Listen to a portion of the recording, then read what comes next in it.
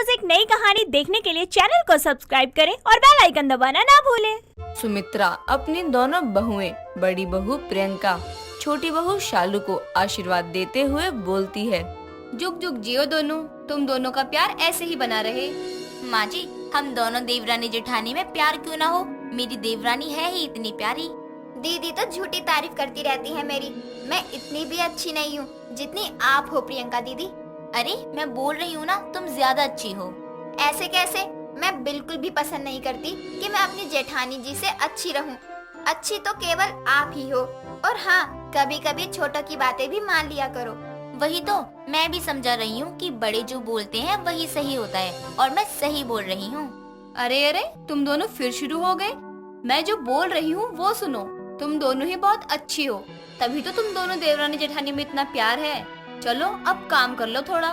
सुमित्रा के खुशी का तो कोई ठिकाना ही नहीं था, क्योंकि उसे अपनी बहुओं के बीच का प्यार देखकर बहुत खुशी होती है और यही चीज उसकी बहुओं में काफी अच्छी थी।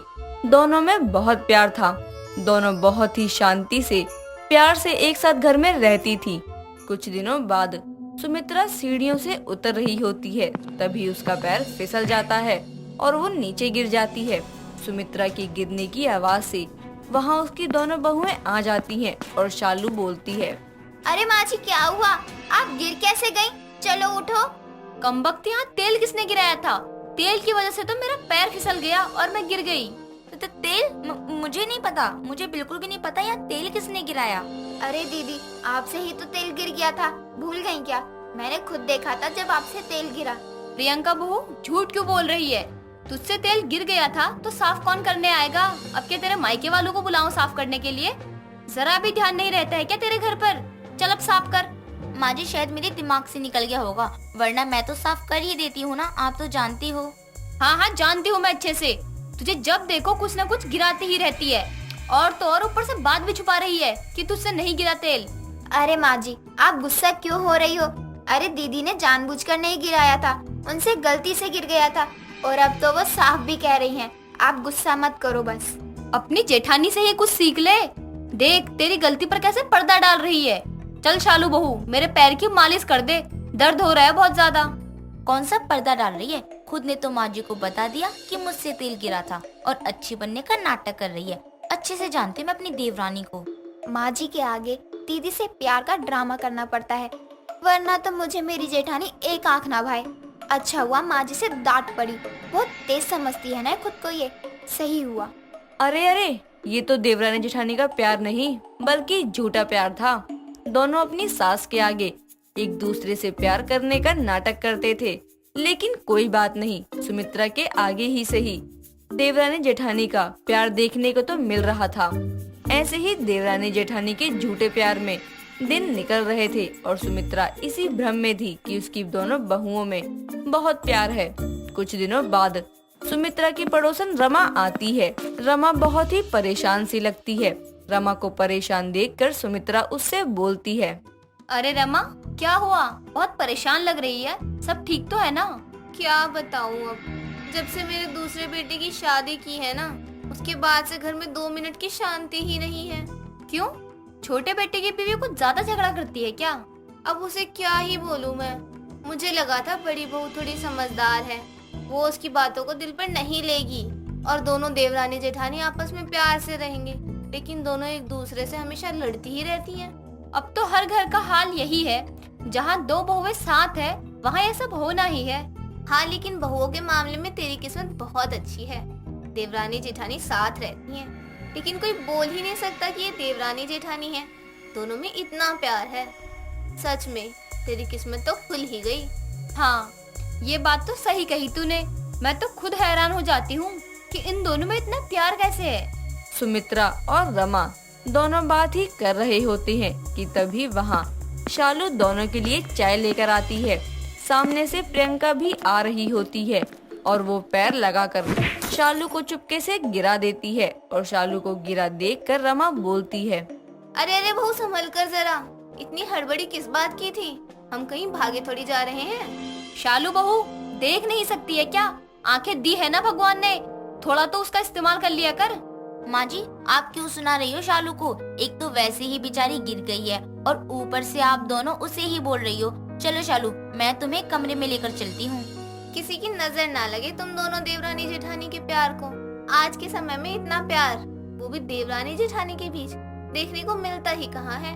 अरे काहे का प्यार, पहले तो खुद प्रियंका दीदी ने पैर लगाकर जानबूझकर मुझे गिरा दिया और अब इनके आगे महान बन रही है। लेकिन मैं भी कम नहीं हूँ, अच्छे से सबक सिखाऊंगी।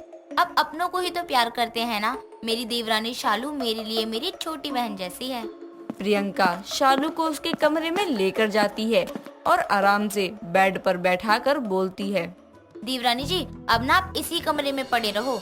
मेरा मतलब है आराम करो तुम यहीं पर। मुझे पता है, आपने मुझे जानबूझकर गिराया था ना, ताकि माँ जी के आगे महान बन सको।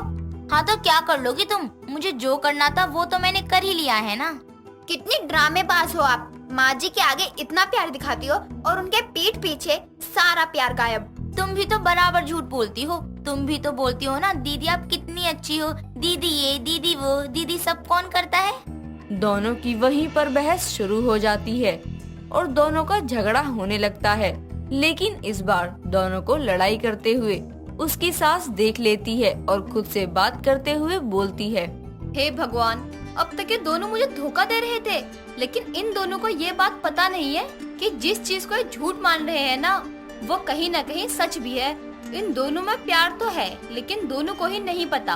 अब तक तो मुझे कुछ नहीं पता था, लेकिन अब जब पता लग गया है तो क्यों ना मैं ही इनको ठिकाने लगाऊं। सुमित्रा को अब अपनी बहुओं की सच्चाई का पता चल गया था, इसीलिए सुमित्रा झूठ बोलकर शालू को लेकर जाती है और अपने घर के ही स्टोर रूम में बंद कर देती है।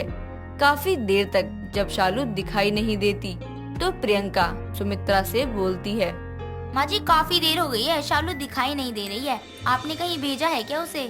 नहीं, मुझे नहीं पता वो कहाँ है, यही कहीं होगी, आ जाएगी थोड़ी देर में। इतनी ज्यादा देर हो गई? आज तक कभी ऐसा नहीं हुआ कि शालू इतनी देर तक मुझे बिना टोके रह जाए। ठीक तो होगी ना वो? मुझे एक बार घर में देखना चाहिए। प्रियंका को शालू की चिंता होने लगती है और वो पूरे घर में देखने लगती है। तभी उसे घर के स्टोर रूम में शालू बेहोश मिलती है। वो शालू को होश में लेकर आती है और बोलती है, शालू तुम ठीक तो हो ना? जब तुम्हें पता है कि धूल मिट्टी में तुम्हारी तबीयत खराब हो जाती है तो तुम्हें वहाँ जाने की क्या जरूरत थी? मैं कितना परेशान हो गई थी। मुझे लगा ही था आप मुझसे थोड़ा भी दूर रहोगी तो परेशानी हो जाओगी। लेकिन तुम वहाँ गई ही क्यों?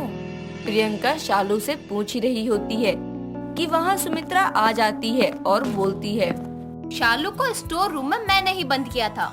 लेकिन माँ जी, आपने मुझे स्टोर रूम में क्यों बंद किया? माँ जी देखो, आपकी वजह से शालू की तबीयत खराब हो गई। आपने ऐसा क्यों किया था? तुम दोनों ये ड्रामा कर रहे थे ना मेरे पीठ पीछे कि दुश्मन हो एक दूसरे के। अब देख लो, दोनों एक दूसरे के लिए कितने परेशान हो गए थे। लेकिन आपको कैसे पता? उस दिन मैंने तुम दोनों को लड़ते हुए देख लिया था। जानती हूँ देवरानी जेठानी में थोड़ी बहुत तू तो मैं चलती है, लेकिन प्यार भी होता है। तुम दोनों में तो कुछ ज्यादा ही प्यार है, वो तो पता चल ही गया अब दोनों को। सुमित्रा के एक झूठ से दोनों देवरानी जेठानी के बीच में सच में प्यार आ जाता है और उसके बाद दोनों कभी पीठ पीछे भी लड़ाई नहीं करते हैं और आपस में प्यार से रहते हैं। दोस्तों, अगर आपको ये कहानी पसंद आई तो इसे लाइक करें, शेयर करें और कमेंट करके बताएं कि कहानी में आपको सबसे अच्छा क्या लगा।